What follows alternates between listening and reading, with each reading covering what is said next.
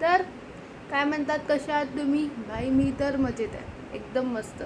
But आज जर तुम्हाला सांगायचं म्हटलं ना, तर मला ना पिंपल आलं आहे बघा यार, सिरियसली. म्हणजे तो पण याच्यासाठी आला आहे बिकॉज मी ना काय केलं, मी मँगो प्रेमी आहे एकतर, आणि भयंकर मँगोज खाल्ले आहेत मी.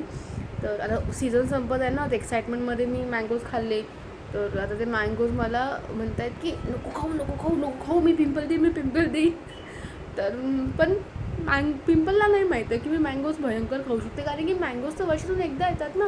पिंपलचं काय, ते नेहमीच येत राहतात, कंटिन्युअसली रेग्युलर कस्टमर आहेत पिंपल, मुलींसाठी तरी. तर त्याच्यामुळे मग मला यार, पण हे चांगलं दिसत नाही आहे तसं तर. बट ठीक आहे, फाईन, इट्स ओके, आले तर आले. बट मी मँगोज खाणं तर नाहीच सोडणार आहे.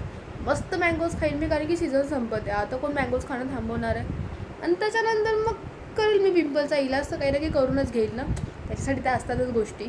आणि मग मस्तपैकी छानपैकी मँगोज खाईन.